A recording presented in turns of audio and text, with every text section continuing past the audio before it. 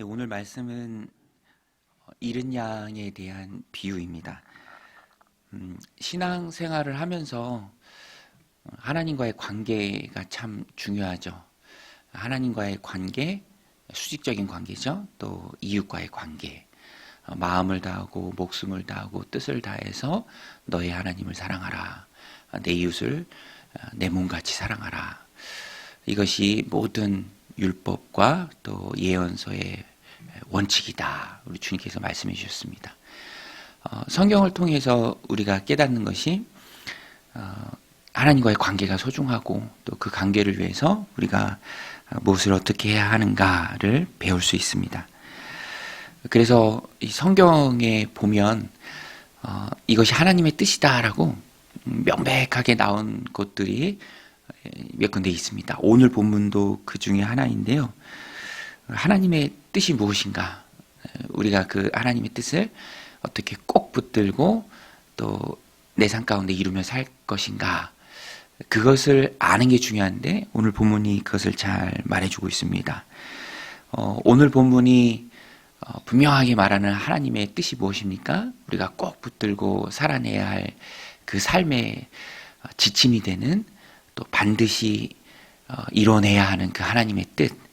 하나님의 뜻은 공동체에 있습니다. 공동체. 그래서 하나님의 백성의 공동체를 하나님이 너무 아끼고 또 사랑하세요. 그래서 아주 작은 자 한 명이라 할지라도 그것을 잃는 것은 하나님의 뜻이 아니에요. 그래서 오늘 본문에도 잃은 양의 비유가 나오죠.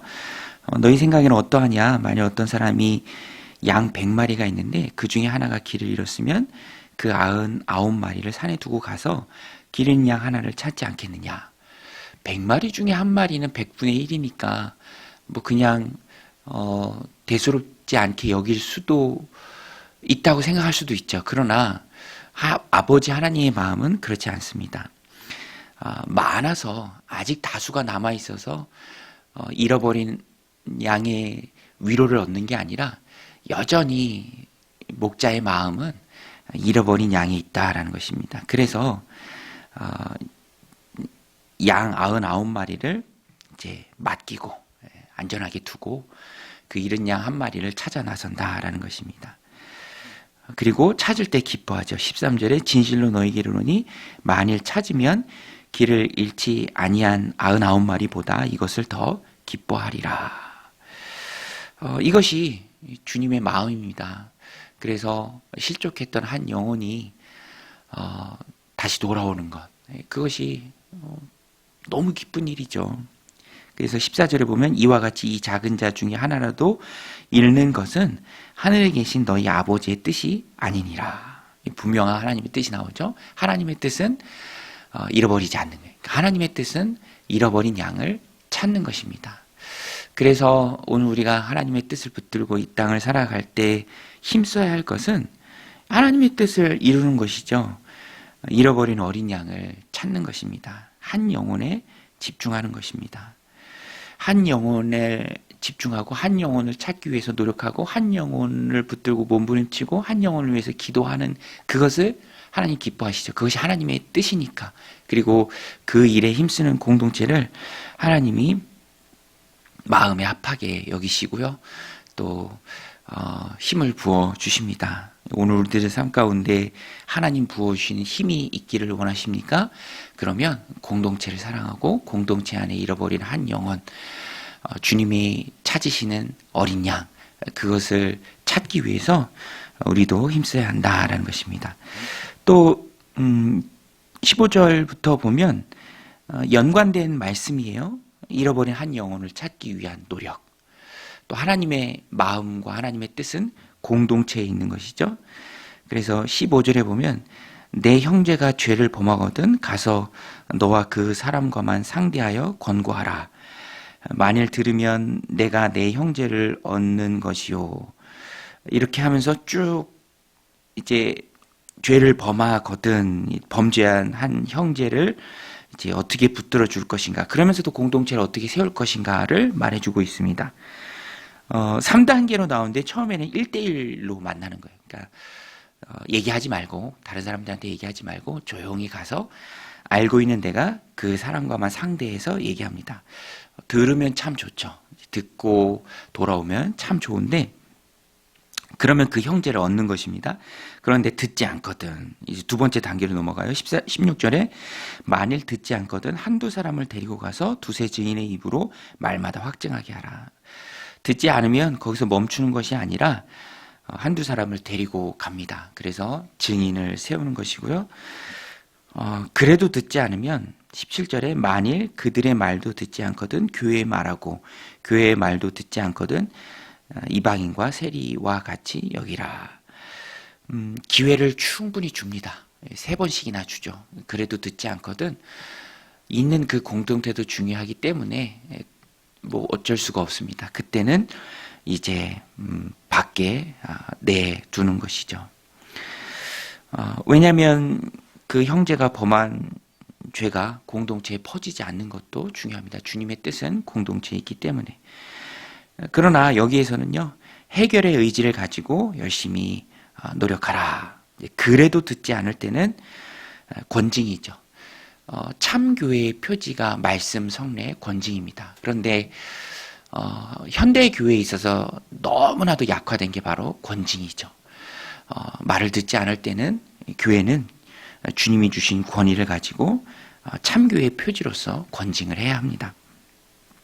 오늘 이 말씀을 우리들 삶 가운데 적용할 수 있는데요. 2개로 적용할 수 있을 것 같아요. 첫 번째는 내가 누군가 한 영혼을 찾기 위해서 애쓰는 그 사람의 마음이죠. 그래서 살리기 위해 애쓰는 것. 한 개인이 돌아오기를 위해서, 돌이키기를 위해서 애쓰는 것. 여러 번 기회를 주고 또 붙들고 돌아오기를 위해서 권면하는 그런 수고가 있죠. 또 공동체를 살리기 위해서 애쓰는 것. 또 2번째 적용이 될 수도 있습니다. 내가 이 범죄한 당사자가 되는 것이죠. 그러면 누군가가 나에게 와서 말해주고 교회가 권하고 또 한두 사람이 와서 권할 때 여러 번 기회가 있을 때 교회가 또 이렇게 이끌어 줄 때 그때 바로 알고 깨닫는 것. 깨닫고 돌아오면 하나님은 다 용서해 주시고 품어 주신다라는 것입니다. 이러한 노력들이 또 이러한 깨우침이 우리 안에 있어야 된다라는 것입니다. 저도 큐티 설교 이제 원고 부탁받고 매달 쓰는 게 있는데 그래서 지금 묵상하고 있는 말씀이 애가 말씀이에요. 애가 예레미야 애가 여러분 예레미야 애가 아시죠? 눈물의 선지자 예레미야가 바벨론에 의해서 짓밟혀서 다 폐허가 되고 이제 눈물을 흘리며 쓴 시입니다. 굉장히 슬픈 부분들이 참 많아요.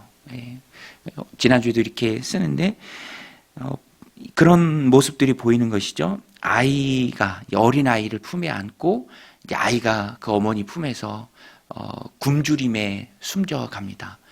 뭐 지금도 북한에 그 기아가 굉장히 많다고 하죠. 아사하는 아이들. 근데 선지자가 그것을 보고 눈물을 흘리며 그래서 항상 등장하는 단어가 애통, 참혹함, 비통. 근데 이런 일이 왜 있습니까?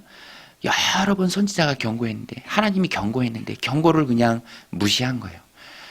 그냥 듣고 무시한 것이죠. 여러분 하나님의 뜻은 회복입니다. 한 영혼의 회복이고 공동체의 회복입니다. 그러기 위해서 오늘 말씀처럼 그 한 영혼에게 여러 번 하나님이 기회를 주시고 돌이킬 기회를 주십니다. 그때 깨닫고 돌이키는 것이 중요합니다. 그리고 마지막 부분에 있어서 주님이 말씀하시죠. 공동체에 하나님의 뜻이 있습니다. 그래서 너희가 모인 그곳에 내가 함께한다. 19절에 보면 진실로 다시 너희에게 이르노니 너희 중에 2사람이 땅에서 합심하여 무엇인지 구하면 하늘에 계신 내 아버지께서 그들을 위하여 이루게 하시리라. 그리고 20절에 너무너무 위로가 되는 말씀이죠. 2-3 사람이 내 이름으로 모인 곳에는 나도 그들 중에 있느니라. 여러분 우리가 주님의 이름으로 모였을 때 주님이 우리와 함께 하시는 줄로 믿습니다. 우리가 주님의 이름으로 모이는 것이 그래서 중요해요. 주님의 이름으로 모인 게 바로 교회입니다. 교회예요. 막 수천 명 모이고 많이 모이는 그런 공동체도 너무너무 중요하지만 정말 작은 두세 사람이 그래서 이 말씀은요 기도의 그룹이에요. 기도의 그룹. 제가 보니까 이 땅을 살아가면서 문제는 항상 있어요. 크고 작은 문제는 항상 옵니다. 보세요. 직장의 문제, 가정의 문제, 자녀들의 문제, 건강의 문제, 쉴 새 없이 찾아오는 게 크고 작은 문제들입니다. 그때 기도 부탁할 공동체가 있나요? 내 속 깊은 이야기를 풀어놓을 공동체가 있습니까? 내 우울한 마음들, 힘든 마음들, 정말 애통하고 비통한 탄식들 쏟아놓을 공동체가 있습니까? 함께 울고 함께 웃으면서 기도해 줄 그 공동체가 있습니까? 그것이 참 중요해요. 그것이 목장이고 구역이고 또 아주 작은 소그룹의 공동체입니다. 그래서 제가 보니까 나쁜 사람들도 이제 이단 같은 나쁜 사람들도 누가 타겟이 되느냐 그런 아주 속 깊은 얘기를 할 공동체가 없는 거예요. 자기 얘기를 모르는 사람들한테 해줄 때 좋은 거죠. 이제 그걸 노리는 거예요. 그러니까 공동체가 강할 때 외부의 그런 악한 자들도 대항할 수 있다라는 것입니다.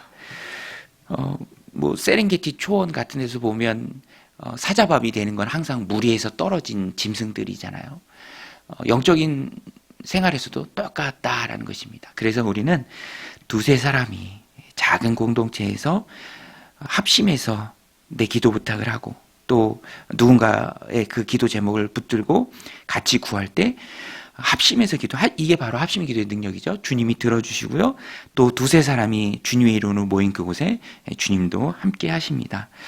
오늘 이 말씀 마음에 새기고 교회가 하나님의 나라고요. 또 작은 공동체가 합심 기도의 능력이 있는 소중한 공동체입니다. 그래서 자꾸만 주님의 뜻이 있는 그 공동체로 파고드는 그리고 그 공동체를 통해서 기도 응답받고 하나님 부어주시는 신령한 은혜들을 나눔에 세상을 넉넉히 힘있게 이겨가는 믿음의 백성들 다 되시길 오늘 하루 되시기를 주님의 이름으로 간절히 축원드립니다. 우리 같이 기도하겠습니다.